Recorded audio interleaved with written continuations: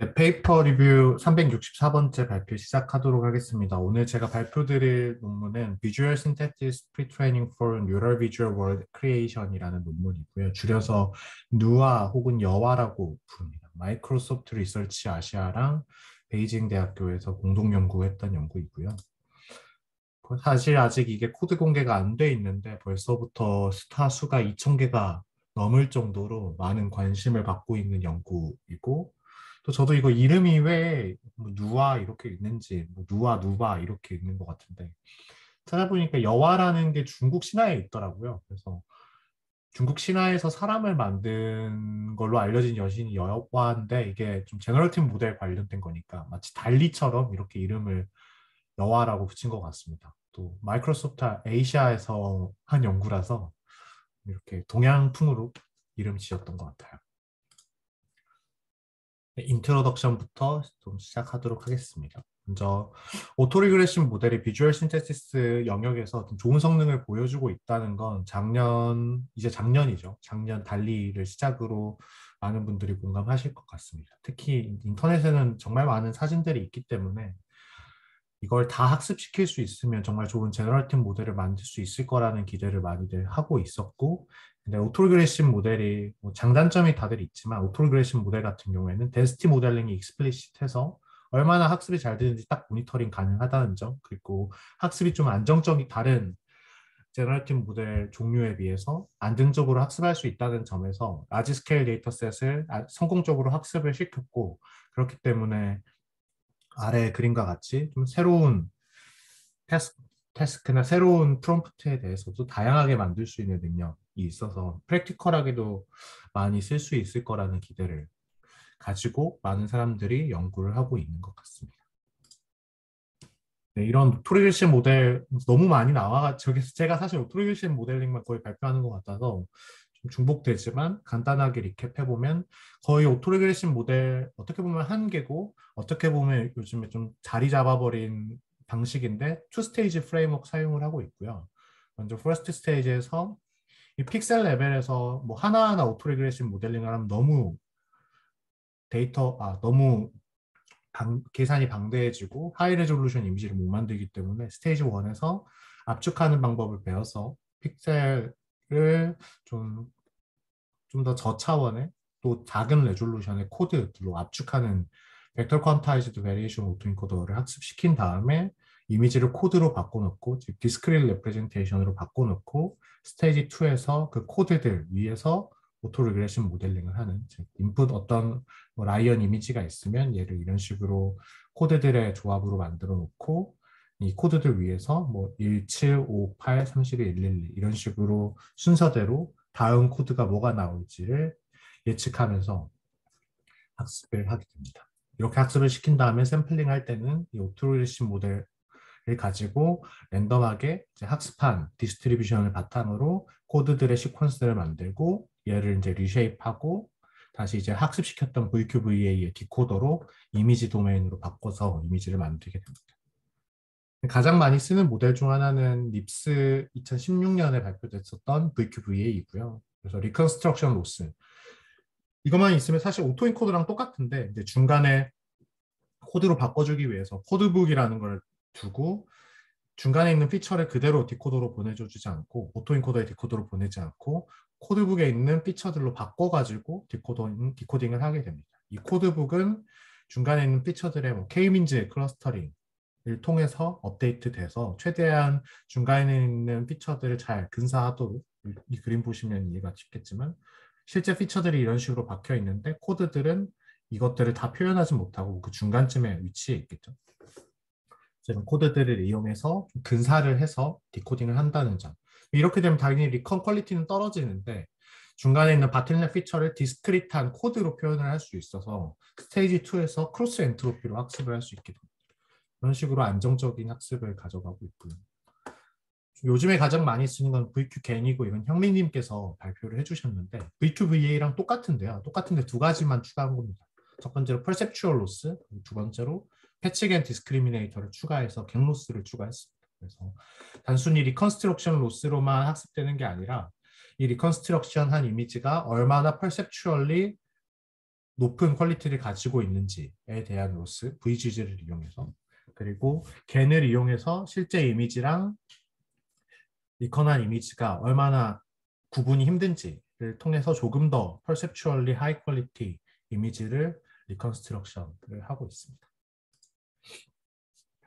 네, 이 논문에서 좀 주장하는 기존 연구들의 한계는 다음과 같은데요. 간단합니다. 이미지 제너레이션 할 때는 달리나 코그뷰, 코그뷰는 중국판 달리라고 보시면 될 것 같고요. 아니면 비디오에서는 고디바나 비디오 GPT 이런 연구들이 나와 있는데 디스크릿 비주얼 퀀타이제이션 또는 토크나이제이션을 통해서 성공을 했거든요. 아니면 좀 성공궤도에 이제 올라가고 있는데 중요한 건 이미지도 많고 비디오도 많고 사실 이미지랑 비디오는 되게 연관성이 있잖아요. 어떻게 보면 이미지는 프레임이 한 개짜리 비디오라고 볼 수 있고 둘 다 비주얼 인포메이션인데 이미지 제너레이션이나 비디오 제너레이션이나 각각 다른 파이프라인에서 각각 모델을 학습하고 있다는 좀 한계를 지적을 합니다. 그래서 세퍼레이트 모델이나 트레이닝 하는 게 안 그래도 모델이 비싼데 특히 이미지랑 비디오 연관되어 있는데 굳이 따로따로 할 필요 있냐? 근데 왜 같이 하는 모델은 없냐? 라는 게 이 논문의 좀 모티베이션이라고 볼 수 있고요. 그래서 이 누바라는 논문의 컨트리뷰션은 간단합니다. 사실 이 논문이 되게 간단한 논문이라서 유니파이드 멀티모달 프리트레인 모델을 자기들이 만들었다라고 말하는데 거창하게 써놨지만 이미지랑 비디오 둘 다 제너레이션 할 수 있는 모델을 만들었다. 구조적으로, 또 프레임워크적으로 하나로 묶었다라는 게 가장 큰 컨트리뷰션이고요. 그리고 좀 재밌는 건 학습시킬 때 그러면 이미지랑 비디오 둘 다 할 수 있어야 되는데 각각 다운스트림 태스크에 그냥 처음부터 스크래치로 학습하는 게 아니라 그냥 이미지 데이터셋이랑 비디오 데이터셋 왕창 모아놓고 다 같이 학습시키는 프리트레이닝 모델을 만들자. 그 다음에 다운스트림 태스크가 있으면 그 프리트레인드 모델을 좀 파인 튜닝해서 쓰면 좋지 않을까? 이런 생각 당연히 해볼 수 있을 것 같은데 딱 그렇게 했습니다. 즉, 이미지 비디오 제너레이션이 둘 다 되도록 구조 만들고 데이터셋 이미지랑 비디오 다 모아서 학습을 시켰더니 이미지랑 비디오 관련된 특히 제너레이션 관련된 다운스트림 태스크에서 잘 되더라라고 생각하시면 될 것 같아요. 그래서 실제로 8개의 다운스트림 태스크 아래처럼 텍스트 줌에 이미지 만들어주는 거, 또 스케치 줌에 이미지 만들어주는 거, 아니면 컴프리션 하는 거, 매니퓰레이션, 어떤 마스크를 주고 이걸 텍스트로 가이드 줬을 때 새로운 이미지 만들어주는, 아니면 텍스트를 줬을 때 전 좀 이게 신기했는데 비디오 만들어주는 거, 아니면 스케치 줬을 때 비디오 만들어주는 거, 이런 비디오 영역에서도 어느 정도는 괜찮은 퀄리티를 보여주고 있습니다. 예를 들어서 기존 로우 비디오가 이렇게 있고 이 비디오의 다음 장면들을 이제 오토리그레션 모델로 만드는데 텍스트 컨디션을 서페이스로 스위밍한다 아니면은 바텀으로 스위밍한다 아니면 스카이로 스위밍한다 이런 식으로 다양하게 줄 수 있겠죠. 그렇게 생성을 해봤더니 실제로 이렇게 가다가 이제 얘가 올라가고 얘는 내려가고 얘는 올라가긴 하는데 이제 뭔가 하늘로 가는 것 같이 여기 배경이 색이 바뀌죠. 이런 식으로 좀 텍스트를 기반으로 좀 매니퓰레이션도 잘 되고 어느 정도는 동작하는 것 같더라라고 말을 하고 있습니다. 네, 그래서 요약을 하면 한글로 그냥 제가 써놨는데 한 AR 모델의 이미지, 비디오 등을 동시에 학습시킬 수 있도록 통일된 구조를 만들고 학습시켰다라고 요약할 수 있을 것 같습니다. 간단하고요. 방법 소개드릴 건데 방법도 간단해서 편하게 들으실 수 있을 것 같습니다. 먼저 총 세 가지 정도가 있는 것 같아요. 핵심이. 첫 번째는 그냥 텍스트, 이미지, 비디오를 일단 한 번에 학습시켜야 되니까 어떻게 이걸 표현하지? 라고 고민을 하다가 그냥 3D로 표현을 하면 됩니다. 그래서 하이트, 위스, 그리고 템퍼럴 엑시스로 S가 있고 D는 그 특정 위치에 있는 피처 벡터의 히든 디멘전이라고 볼 수 있겠죠. 사실 텍스트 같은 경우에는 바이페어 인코딩을 해서 토크나이제이션 한 다음에 HWS가 그냥 1,1,1인 3D 쉐입이라고 보면 되겠죠. 그리고 나머지는 계산할 때 다 브로드캐스팅을 하면 되겠죠. 위치별로 전부 다 똑같은 애라고 생각하면 되겠죠. 그리고 이미지 같은 경우에는 당연히 타임이 한 개밖에 없으니까 HW1 차원의 데이터라고 생각을 하고 BDU 같은 경우에는 HWS 다 모든 템포럴 액시스까지 살아있는 데이터라고 볼 수 있습니다. 그냥 이렇게 표현을 하면 돼요. 그리고 S가 1이면은 즉 이미지 같은 경우에는 템포럴 액시스가 없는데 그냥 브로드캐스팅을 해서 그냥 다 같은 걸로 채워주면 됩니다. 끝이고요. 네, 싱겁네요.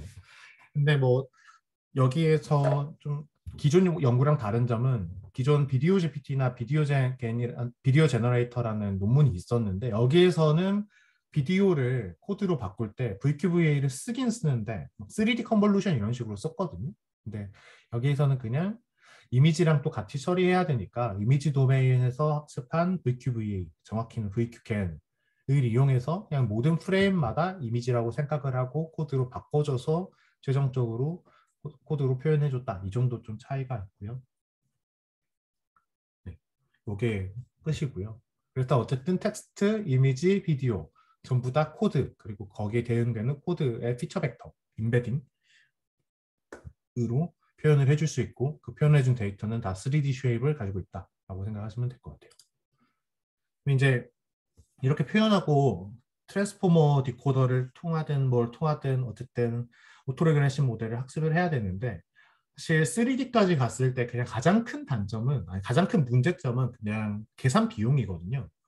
왜냐하면 그냥 셀프 어텐션을 하면 이 동영상 같은 경우에서도 예를 들어서 HWS 다 살아 있어도 트랜스포머 다 태우면 되거든요. 근데 아시다시피 셀프 어텐션이 개수에 따라서 쿼드레틱하게 계산 비용이 증가합니다.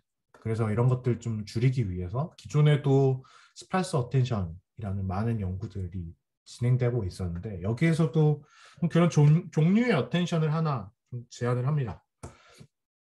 기존에 있었던 뭐 3D 블락 스파스 어텐션 같은 경우에는 예를 들어서 이 빨간색 부분 계산할 때 그리고 이게 3D라고 생각하시면 될 것 같아요. H, W 그리고 이 가로축이 뭐 템포럴 액시스라고 생각하면 3D겠죠. 그러면 이 빨간색 부분 계산할 때 이렇게 리셉티브 필드를 박스로 만들어 가지고 이 파란색 볼들 안에서만 셀프 어텐션을 해서 이 빨간색을 계산합니다. 즉 이 빨간색이 쿼리가 되고 파란색들이 키가 돼서 셀프 어텐션을 처리하는 게 3D 블락 스팔스 어텐션이고요.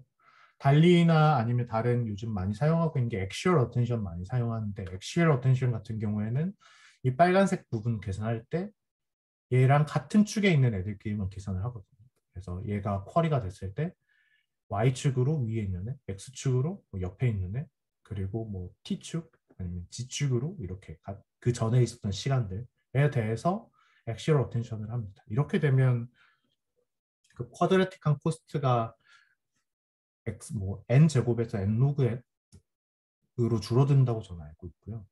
계산을 최근에 안 해봐서 기억이 가물가물하지만 여기에서 제안하는 거는 간단합니다. 이 빨간색 부분 계산할 때 3D 블락 스팔스랑 거의 똑같거든요. 근데 얘는 원래 3D 블락 스팔스가 제안됐을 때는 여기 해가지고 이렇게 기존 이렇게만 딱 계산을 했는데 템포럴 액시스까지 생각을 해서 레스터 스캔 오더를 생각하시면 된다고 생각하면 될 것 같아요. 어쨌든 T가 우선이 돼서 이 빨간색 공에 빨간색 뭐 엔티티의 순서를 생각을 해보면 여기에서부터 1, 2, 3, 4, 5, 6, 7, 8 이렇게 계산을 할 수 있거든요. 템포럴까지 계산을 해서. 근데 이제 공간적으로도 제약을 해가지고 이 부분 계산할 때 좀 큰 박스를 그리고 얘보다 좀 더 큰 박스를 그리고 이렇게 다 포함을 시킵니다. 그래서 같은 시간에서는 뭐 뒷부분은 이렇게 포함시키면 안 되겠죠. 왜냐하면 이거 계산할 때 미래를 볼 수는 없으니까. 근데 같은 시간에서는 이전에 있었던 위치들은 다 보고 그리고 이 전 시간에서에 대해서는 이 스파셜한 리셉티브 필드에 있는 공들은 다 본다고 생각하시면 될 것 같아요. 좀 자연스럽죠. 어떻게 보면 직관적인 모델링인데 그래서 엄청 큰 컨트리뷰션이라고 보기 힘들 것 같고 그냥 어쨌든 이 부분 계산할 때 공간적으로 딱 그 주의를 정해 놓은 다음에 이전 시간에 있는 건 다 본다. 근데 같은 시간에 있는 건 미래를 보면 안 되니까 딱 이전 위치까지만 본다라고 생각하시면 될 것 같습니다. 그래서 이 3D 리얼 바이 셀프 어텐션이 뭐 별게 아니고 이렇게 리셉티브 필드를 준 다음에 로컬 어텐션 하겠다는 거예요. 이게 답니다. 그래서 컴퓨테이셔널 코스트를 많이 줄였는데 이렇게 하는 게 기존 스파스 어텐션들은 이런 식으로 좀 어쨌든 계산 효율을 높이려고 좀 가정을 넣으면 성능이 떨어졌는데 아니면 컴페티티브한 리절트나 겨우 나오든지 이렇게 하면 성능 좋아지더라. 그런 게 아마 컨트리뷰션으로 주장을 하고 있는 것 같아요. 실제로 그 계산을 이피션시를 계산을 해봐도 이게 HWS가 리셉티브 필드라고 생각을 했어. 전체 쉐입이라고 생각했을 때 풀 어텐션을 하게 되면 당연히 HWS의 제곱이 되겠죠. 어텐션 개수로 컴플렉시티를 이렇게 한번 계산을 해보면 블락스팔스 같은 경우에는 리셉티브 필드를 확 줄이기 때문에 이렇게 나눈 거의 제곱이 되고 엑시얼 어텐션 같은 경우에는 총 HWS개 엔티티에 대해서 어텐션 할 때 그 축에 있는 것만 보니까 H 플러스 W 플러스 S개만 봅니다. 그래서 이렇게 쿼드레틱하게 되고 니얼바이 스팔스 같은 경우에는 HWS개에 대해서 어텐션 할 때 각각 어텐션 할 때 이게 익스포넨셜 H승이 아니고 그냥 이 H가 컨스턴트거든요. 컨스턴트의 제곱. 즉 요거 기준으로 EH, EW, ES개만큼만 보니까 이렇게 계산이 되겠죠. 근데 일반적으로 그러면 스팔스랑 액슈얼 어텐션이랑 얼마나 계산이 차이 나는지 볼 수 있는데 일반적으로 이 리셉티브 필드의 크기를 뭐 3 3 3 정도로 엄청 작게 가져가서 액슈얼 스팔스보다는 당연히 효율적이게 되고 블락 스팔스보다는 비효율적인데 블락 스팔스 같은 경우에는 보시면 알겠지만 얘 계산할 때 과거 시간에 대해서는 사실 다른 위치를 봐도 되잖아요. 근데 그런 것들을 안 보기 때문에 좀 성능이 떨어지더라. 근데 우리는 과거 시간에 대해서는 얘 주변에 있는 위치를 전부 다 보니까 성능이 좋아지더라. 이 정도로 좀 주장을 하고 있습니다. 그리고 이렇게 좀 백본드를 먼저 제안을 한 다음에 이제 unconditional, conditional generation 그리고 이미지나 비디오 둘 다 제너레이션 할 수 있도록 프레임워크를 제안을 하고요. 인코더 디코더 구조로 되어 있는데 일단 인코더에서 만약에 컨디셔널 제너레이션이라면 이 인코더에서 뭐 텍스트나 아니면 이미지 스케치를 뭐 이미지로 만든다면 아니면 비디오 스케치를 비디오로 만든다면 그런 컨디션을 먼저 인코더를 태워줘서 인코더에서 좀 뭐 라지 L 레이어 정도 태워서 피처들을 뽑아주고 그 다음에 이제 디코더에서는 디코더 안에서 셀프 어텐션 한번 하고 여기에서 이제 크로스 어텐션 하고 하면서 컨디션을 계속 보면서 아웃풋으로 이제 이미지랑 비디오를 만들게 됩니다. 근데 만약에 특별히 컨디션이 없으면 이 컨디션 대신에 원래 인풋, 그냥 만들고자 하는 이미지에 대한 인풋을 넣어주게 되면 그냥 셀프 어텐션만 쭉 계산하는 구조가 됩니다.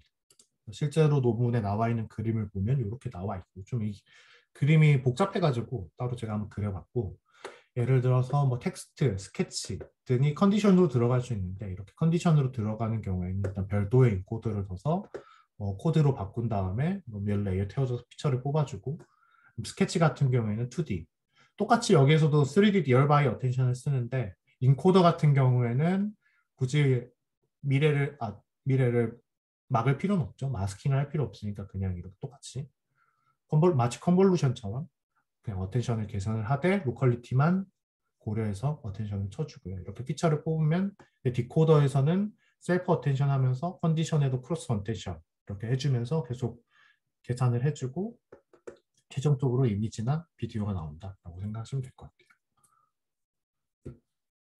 학습은 총 세 가지 태스크에 대해서 동시에 학습을 하는데요. 텍스트 투 이미지, 그리고 비디오 프레딕션, 넥스트 비디오 프레딕션은 그냥 비디오만 있는 상황에서 넥스트 프레임 프레딕션이라고 생각하시면 될 것 같습니다. 이 태스크, V2V라고 부르는 태스크. 그리고 텍스트 주면 비디오 맞추는 태스크. 이 세 가지 태스크를 학습할 때 동시에 학습을 시키고요. 당연히 이제 AR 모델이고 다 코드로 표현되어 있으니까 각각 오토 레그레시브한 방법으로 크로스 엔트로피를 태워주는 게 전부입니다. 그냥 이 로스 텀도 크로스 엔트로피의 그냥 합으로 표현되어 있고요. 여기에 C 텍스트, 뭐 라지 C 텍스트 아니면 스몰 C 이렇게 되어 있는데 이게 컨디션이라고 보시면 될 것 같아요. 그래서 텍스트 투 이미지나 텍스트 투 비디오 같은 경우에는 당연히 컨디션 텍스트가 주어지고 인코딩 먼저 해주고 컨디션으로 주어지고 로스를 태워서 이렇게 표현되어 있고 V2V 비디오 프레딕션 같은 경우에는 다 별도의 컨디션이 없기 때문에 그냥 스몰 c로 표현해주고 이렇게 표현하면 그냥 컨디션이 없다고 합니다.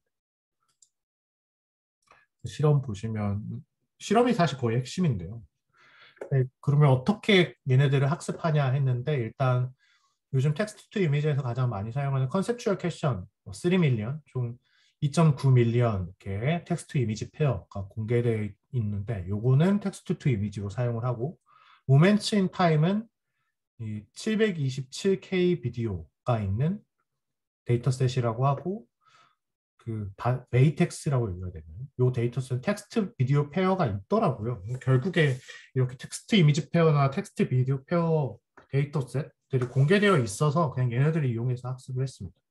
실제로 요거 한번 보시면 모멘츠 인 타임 같은 경우에는 그냥 비디오 프레딕션으로 사용을 하는 이유가 이렇게 액션들에 대해서 이렇게 레이블링이 되어 있는데 이거는 너무 간단한 설명이라서 아마 이런 것들은 사용을 컨디션으로 쓰지 못하고 보시면 이렇게 좀 짧은 간단한 그림들이에요. 그래서 이미지 데이터셋의 크기도 많고 거의 1밀리언 정도 되고 좀 그냥 비디오에서 오브젝트들이 어떻게 움직이는지 좀 학습시키기에 좋겠죠. 이런 데이터셋이고 간단한 좀 액션 위주의 데이터셋이고 그리고 데이텍스 같은 경우에는 네, 요거 보시면 요거 중국 캡션도 있고 잉글리시 캡션도 있는데 뭐 하나의 이미지에 여러 캡션들이 있고요. 실제로 영상 보시면 사이에 있으면 네, 제가 요즘 승우 아빠를 많이 봐가지고 승우 아빠 약간 추천으로 뜨네요. 네. 보시면 실제로 a person wearing a bear costume 막 이런 식으로 이 그림에 대한 디스크립션이 있죠. 그러면 얘가 컨디션이 돼서 요 비디오를 생성하도록 오토레그레시브하게 학습을 합니다. 그리고 한 비디오에 대해서 캡션이 되게 많은데 샘플링 할 때는 캡션 하나만 사용을 합니다. 한 캡션 얘를 랜덤하게 트레이닝 할 때는 그냥 이 중에 아무거나 골라가지고 요거 주어지면 또 이 텍스트에 대응되는 이 이미지를 오토레그레시브하게 만들도록 레스터 스캐너로 학습을 하고 있습니다. 그래서 되게 다양한 영상들이 있고요.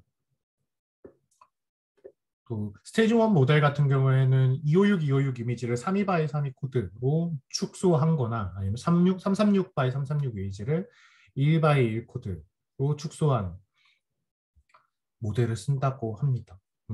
사실 저는 이제 이쪽 연구를 하고 있어가지고 이 숫자에 대한 감이 있는데 어떻게 생각하시면 될 것 같냐면 256 x 256 이미지를 32 x 32 코드로 압축하는 건 정말 최소한만 압축했다고 생각하시면 될 것 같아요. 그래서 리컨스트럭션도 엄청 깔끔하게 잘 되고 근데 대신에 32 x 32개가 1024개잖아요. 그래서 한 이미지가 1024개의 코드로 표현돼서 실제로 계산적인 버틀넥이 너무 심해서 좀 완전 계산 자원으로 공세하는 연구가 아니면 요거는 안 쓰는데 성능은 확보가 되지만 여기에서는 일단 스테이트 오브 더 아트 리저트 찍으려고 일단 32 x 32 코드로 256 x 256 이미지를 바꿨다고 합니다. 비디오 같은 경우에는 32 x 32 코드로 만들어서는 몇 프레임 정말 한 4프레임 정도밖에 생성을 못해서 그 다운샘플링 팩터를 높여서 좀 16분의 1로 줄여가지고 336 x 336 이미지를 21 x 1 코드로 바꾼 다음에 비디오를 만들었다고 해요. 그래서 논문에 나와 있는 소타 수치는 이렇게 좀 강력한 스테이지 1 모델을 써서 좀 찍었고 일반적인 비디오 제너레이션은 1 x 1 코드로 만들어서 찍었다고 생각하시면 될 것 같고 그리고 실제로 이제 결과들 소개해 드릴 텐데 결과들 봐도 비디오 같은 경우에는 많이 일그러지는 게 많아요. 그래서 그게 다운샘플링 팩터를 높여가지고 아무래도 리컨스트럭션 퀄리티가 떨어진다라고 생각하시면 될 것 같습니다. 그리고 핵심이 이제 리셉티브 빌드를 어떻게 가져갈 건지가 핵심인데 뭐 331바 아니면 333 정도로 이미지 같은 경우는 거의 3x3 컨볼루션이랑 비슷하고 비디오 같은 경우에는 뭐 3x3x3 3D 컨볼루션이랑 비슷한 구조를 사용을 하게 됩니다. 그리고 학습은 요거 3개 데이터셋 합치면 거의 4밀리언 정도의 페어가 되고 특히 비디오 같은 경우에는 이제 프레임이 많아서 이미지로 치면 10개 프레임만 샘플링 하더라도 훨씬 많아질 텐데 뭐 거의 한 12밀리언, 15밀리언 정도 될 텐데 샘플링 레이스를 더 높여서 비디오마다 더 프레임을 많이 뽑으면 당연히 그만큼 더 늘어나겠죠.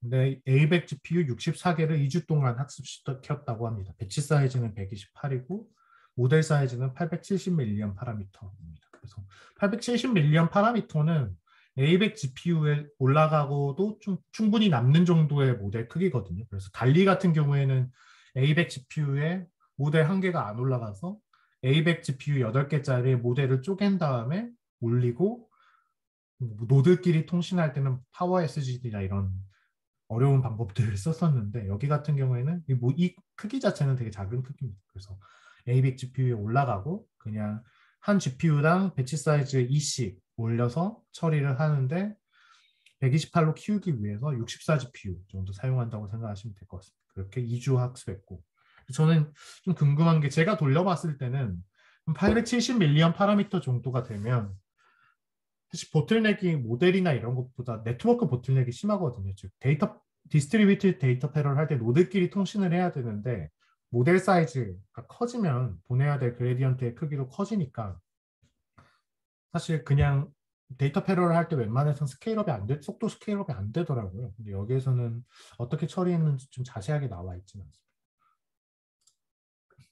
그래서 태스크는 8개 태스크. 그냥 사실 문문 자체는 간단합니다. 그냥 구조를 로컬 어텐션 플러스 이미지 비디오 다 처리할 수 있도록 만들어 놓고 그냥 아까 그 3개 데이터셋에 대해서 프리트레이닝 한 다음에 이제 각각의 이 8가지 태스크에 대해서 파인 튜닝하거나 제로샷으로 퍼포먼스를 본 연구고요.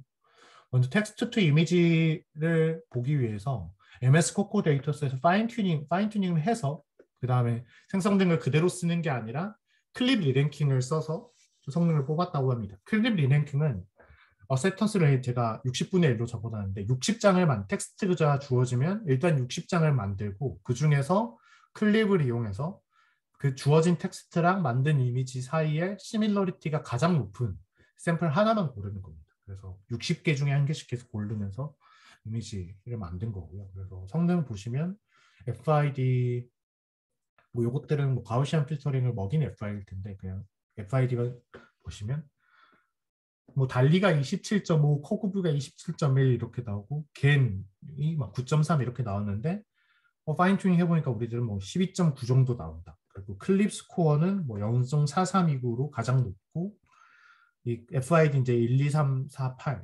얘네들이 이제 이미지에 가우시안 필터링을 준 다음에 FID를 잰 거거든요. 이런 걸 재면 뭐 소타가 나온다. 그래서 스테이지 1 모델이 좀 이미지 리컨스트럭션을 어쨌든 완벽하게 하지 못하기 때문에 FID 제로를 측정하면 걔한테 밀리는데 1, 2, 3, 1, 2, 4, 8을 재면 실제로 더 좋아지고 거의 소타에 가깝다. 이런 식으로 주장을 하고 있어요. 근데 사실 달리랑 코그뷰에서 27.5, 27.0 엄청 높게 나와 있잖아요. 이건 근데 제로샷 퍼포먼스, 파인 튜닝한 게 아니라 제가 알기로는 제로샷으로 쟀을 때 이 정도 나온다. 그리고 VQ 겐을 안 쓰고 VQ VA를 써서 이미지 자체가 블러리해서 FID가 엄청 높게 나오는 거거든요. 근데 얘네들은 파인 튜닝도 했고 리랭킹도 했고 그리고 스테이지 1에 VQ 겐도 써서 사실 성능이 더 좋게 나와서 엄청 좋게 나오는 건 아니라고 생각하고 있고요. 퀄리티 실제로 보시면 뭔가 이렇게 달리는 좀 흐릿해요. 왜냐하면 VQ 어드버서리얼 트레이닝이랑 퍼셉츄얼 로스를 안 써서 리컨된 이미지 자체가 흐릿해서 이런 식으로 나오는데 누바로 파인 튜닝한 걸 보면 되게 선명하게 깔끔하게 잘 나오고 코헤런스도 잘 맞는 걸 볼 수 있습니다. 그리고 XMC 겐보다 FID가 떨어졌는데 실제로 사람 얼굴이나 이런 걸 보면 실제로 퀄리티는 더 좋았다고 주장을 하고 있어요. 일단 근데 제가 샘플들을 하나하나 다 까보고 비교해 본 건 아니라서 실제로 얼마나 잘 된지는 잘 모르겠고 어쨌든 주장은 컨셉추얼 퀄리티는 훨씬 더 높더라. 아마 이게 이미지 256 by 256 이미지를 32 by 32로 이제 표현을 하고 VQ 겐이랑 이런 걸 쓰기 때문에 아무래도 이미지가 더 잘 생성되고 리컨스트럭션까지 이어지는 것 같습니다. 또 텍스트 투 비디오에 대해서도 키네틱스 데이터셋을 파인 튜닝 하게 되면 소타 수치가 나왔다고 주장을 하고 있고요. 실제로 생성된 걸 보더라도 기존에는 막 블러리하거나 뭐 아예 안 되거나 이러는데 자기들이 만든 거는 이런 식으로 점점 이게 그거를 막대기 움직이고 있고 사람도 조금씩 움직이고 있고 이 키넥티스 데이터셋이 액션 리코그니션 관련된 데이터셋이라 다 액션이랑 관련된 게 있습니다. 골프를 한다든지 기존에 쓰는 고디바 같은 경우에는 128, 128바 이미지밖에 못 만드는데 누바 같은 경우에는 336바이 336 이미지까지 처리한다. 그리고 이걸 처리할 수 있는 이유가 로컬 어텐션을 이용해서 효율적으로 계산하기 때문에 이렇게 된다라고 생각하시면 될 것 같고요. 비디오 투 비디오 태스크에 대해서도 즉 넥스트 프레임 프레딕션에 대해서 여기에서는 예시는 없었는데 논문에 그 비디오에 대해서 FID를 측정해 보면 가장 잘 나오더라. 이렇게 나와 있습니다. 아무래도 비디오 관련된 태스크에 대해서는 아직 사실 연구들이 많이 되어 있지 않아서 VQ겐을 붙인 연구도 전 거의 못 봤거든요. 최근에는 아마 고디바나 비디오 GPT는 뭐 VQ겐 중심으로 한 128 x 128 이미지에서 아니 64 x 64 이미지에서 간단하게 넥스트 프레임 프레딕션을 하고 있는 수준이라서 성능은 잘 나오는 소타가 나왔는데 아무래도 좀 이제 비디오 프레딕션 쪽에서 연구가 더 많이 된다면 훨씬 더 좋은 수치 그리고 사람이 봤을 때도 좀 더 높은 퀄리티의 비디오가 나올 수 있지 않을까 하고 좀 기대하고 있습니다. 스케치 투 이미지 데이터셋도 MS 코스터프의 세그멘테이션 맵이 있는데 세그멘테이션 인코더를 먼저 학습을 시킨 다음에 이제 똑같이 누바 프레임워크에 넣어주게 되면 이렇게 이제 세그멘테이션을 주면 여기에 맞는 이렇게 이미지들이 나오는 데이터셋입니다. 이게 엄청 잘 되는 것 같은데 사실 이 MS 코코 스터프가 딱 이렇게 이런 오브젝트들 엄청 내추럴 이미지가 아니라 딱 특정한 상황에 대해서만 있는 거라서 배우기 아무래도 좀 더 수월한 것 같고요. 이렇게 가운데 잘라놓고 인컴플리션, 컴플리션 하는 인컴플리티드 이미지를 컴플리션 하는 태스크에 대해서도 기존 VQgem보다 더 잘 되더라라고 주장을 하고 있습니다. 아무래도 인코더에서 먼저 이거를 인코더 디코더 구조가 있어서 인코더에서 이거 한번 보고 그다음에 디코더에서 만들기 때문에 조금 더 컨텍스트를 잘 보는 거라고 생각하고 있습니다. 사실 VQgen 이후에 이미지바트라는 논문이 나왔는데 그 논문은 더 잘 된다는 걸 보여주고 있거든요. 그래서 좀 그런 다양한 AR 모델들이랑 좀 비교를 했으면 좋았을 거라고 생각이 드는데 살짝 아쉽고요. 텍스트 가이디드 이미지 제너레이션은 마스킹하는 겁니다. 이렇게 로우 이미지가 있을 때 마스크 이렇게 입히고 이 부분에 텍스트를 컨디션으로 줬을 때 이 컨디션에 맞추도록 이렇게 바꾸는 겁니다. 그래서 여기에 마스크를 줘서 이 부분만 딱 새로 만들면 이렇게 캠핑 텐트가 이렇게 나오는 식으로 여기 마스크를 주고 이미지 오토 리그레션 이미지 제너레이션 할 때 이 부분만 딱 만들면 이런 식으로 바뀌겠죠. 기존 이미지에서 텍스트에 맞춰서 이제 바꿔주는 태스크도 잘 되더라. 컨셉추얼리 잘 됐더라. 정도 보여주고 있습니다. 스케치 투 비디오 이 태스크는 기존 연구들의 없던 연구인데 스케치를 컨디션으로 주고 각 프레임마다 비디오로 만드는 거예요. 이미지 스케치 투 이미지의 확장 버전이라고 생각하시면 될 것 같은데 이런 식으로 잘 되더라 라고 좀 표현을 해주고 있고요. 어떻게 보면 사실 이건 한 씬에서 잘 되면 그 다음 씬에서는 자연스럽게 이어지겠죠. 그래가지고 그게 신기하긴 하지만 크게 놀랄만한 결과는 아닌 것 같고요. 좀 전 재밌었던 게 텍스트 처음에 보여드렸던 텍스트 가이디드 비디오 제너레이션도 얘는 제로샷으로 테스트를 해봤는데 프리트레이닝 모델 가지고 제로샷으로 해보니까 잘 되더라. 이런 것들은 좀 재밌는 결과인 것 같아요. 그래서 이미지랑 비디오 둘 다 처리할 수 있는 특히 텍스트 기반으로 좀 비디오 제너레이션을 할 수 있는 게 아직은 진짜 몇 초 제너레이션 하지 못하지만 그런 게 좀 더 길어지고 하면 나중에는 뭐 정말 시나리오를 주면 영화까지 만들 수 있지 않을까 이런 생각을 했던 좀 재밌는 결과였던 것 같습니다. 이제 마지막으로 어블레이션 스터디 소개드리면서 좀 종료하려고 하는데 또 너무 이렇게 신기한 거 되더라 하고 또 끝나면 논문은 아니니까요. 어블레이션 스터디도 있었습니다. 그래서 그러면 꼭 이 세 가지 태스크를 다 동시에 학습해야 되냐라고 생각을 해볼 수 있잖아요. 그냥 이미지 안 하고 비디오만 학습시켜도 이미지 만들 수 있을 테니까 T2V만 학습시킨다든지 아니면 여기에 이제 한 개씩 추가를 해가면서 실제로 학습됐던 모델이랑 그 모델 가지고 파인 튜닝했을 때 FID를 측정을 해보는데 보면 텍스트 투 비디오만 가지고 학습을 해도 어느 정도는 되긴 하는데 좀 성능이 아쉽고요. 근데 여기 이제 태스크를 데이터셋을 추가할 때마다 좀 성능이 높아지는 걸 보여줍니다.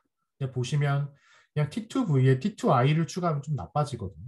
클립 스코어는 좋아지는데 근데 V2V 비디오는 비디오 태스크를 더 붙여주면 그냥 바로 성능이 둘 다 좋아지고, 근데 이 세 가지를 다 합쳐주면 성능이 가장 좋아지는. 아마 이 두 가지는 좀 서로 모달리티가 달라서 그냥 붙였을 때 성능이 좀 떨어지는 것 같은데, 아마 V2V 데이터셋까지 붙였을 때는 이제 비디오 도메인에서 학습이 훨씬 더 원활하게 되기 때문에 여기에 이제 뭐 T2I를 붙였을 때 성능이 가장 좋아지는 그런 식으로 좀 설명을 하고 있고요. 또 실제로 이 논문에서 제안한 로컬 어텐션, 리얼 바이 셀프 어텐션이라고 여기 논문에서 불렀는데, 실제로 인코더 디코더 다 풀리 어텐션을 사용하게 되면 성능이 안 좋죠. 근데 인코더를 리얼 바이 어텐션으로 바꾸든지 디코더를 리얼 바이 어텐션으로 바꾸든지 둘 다 바꾸든지 하면 성능이 계속 좋아지고 좋아지고 좋아지는 걸 볼 수 있고, 둘 다 액션 어텐션을 쓰게 돼도 좋은데 그것보다 리얼 바이 본문에서 제안한 어텐션을 쓰는 게 더 좋더라라고 주장을 하고 있습니다. 근데 아무래도 뭐 당연한 결과일 수도 있어요. 뭐 여러 가지로 해석을 해볼 수 있는데, 당연히 풀 어텐션을 사용하게 되면 성능이 좋아질 수 있는 맥시멈은 높겠죠. 왜냐하면 보는 훨씬 더 많이 볼 수 있으니까. 근데 비디오 같은 경우에는 이제 정말 봐야 될 게 너무 많기 때문에 지금 이 논문에서 사용한 데이터셋만으로는 정말 풀 댄스 어텐션을 학습하기에는 부족할 수도 있어요. 어떻게 보면 이런 액츄얼 어텐션이나 뭐 리얼 바이 어텐션 같은 경우에는 로컬리티에 대한 어썸션을 이용을 해서, 즉 CNN처럼 어텐션이 봐야 될 영역을 효과적으로 줄여주고, 어차피 안 볼 것 같은 애들을 효과적으로 줄여주기 때문에 좀 데이터가 어느 정도 부족한, 사실 이건 부족하지도 않은데 비디오 기준으로 부족한 상황에서는 이런 가정들을 잘 녹여내는 게 성능 향상에 주요했다고. 또 이렇게 뭐 리얼바이 어텐션 쓰는 게 전 좋은 것 같아요. 왜냐면 뭐 적절한 가정을 넣어서 좀 계산 효율적으로 줄이고, 만약에 또 다른 영역을 봐야 되면 그런 무주를 추가해도 되니까 굳이 풀 어텐션 쓰는 것보다는 이런 식으로, 특히 비디오까지 갔을 때는 이런 적절한 액션 어텐션이나 리얼바이 셀프 어텐션 사용을 해서 성능 큰 폭으로 높일 수 있었다. 요건 좀 되게 유의했던 결과인 것 같고요. 네, 여기까지가 이 논문 소개가 될 것 같고, 뭐 결론은 간단한데, 누바 여와라는 모델은 프리트레이닝 모델이고, 새로운 이미지를 만들거나 아니면 주어진 이미지나 비디오가 컨디션으로 주어졌을 때 매니플레이션 할 수 있는 모델이고, 8개의 태스크에 대해서 좋은 성능 보여주더라. 그래서 컨트리뷰션은 인코더 디코더 프레임워크 제안하고, 셀프 어텐션, 보컬리티 어텐션, 로컬 어텐션을 제안하고, 그다음에 8개 태스크에 대해서 실험을 했다. 실험하기도 빡세니까요. 컨트리뷰션이라고 생각을 하고, 그리고 라지 스케일, 어떻게 보면 기존의 뭐 빅 트랜스퍼나 뭐 셀프 슈퍼바이스드 러닝이나 이런 연구 분야에서 디스크리미네이티브 태스크에 대해서는 프리트레이닝하는 연구들이 많이 되어 있었는데, 제너레이티브 모델에서는 사실 이런 프리트레이닝 모델 이용하는 연구가 많이 없었는데, 이 논문의 가장 큰 시사점은 제너레이티브 태스크에서도 큰 데이터셋에 미리 학습시켜 놓은 프리트레이닝 모델이 다운스트림 태스크에 빠르게 파인 튜닝하는 데 되게 좋은, 제로샷이 아니더라도 좋은 좀 시작점이고, 이런 프리트레이닝을 제너러티브 태스크에서도 잘 이용하면 좋다. 그리고 사실 이런 프리트레이닝 하기에는 AR 구조가 어떻게 보면 익스플리시트하게 덴시티 에스티메이션 하기 때문에 좀 컨트롤러빌리티도 높고, 모델 파악하기도 쉽고, 그런 측면에서 장점이 있다라고 제안을 하고 있습니다. 네, 오늘 제 발표가 여기까지고요. 들어주셔서 감사합니다.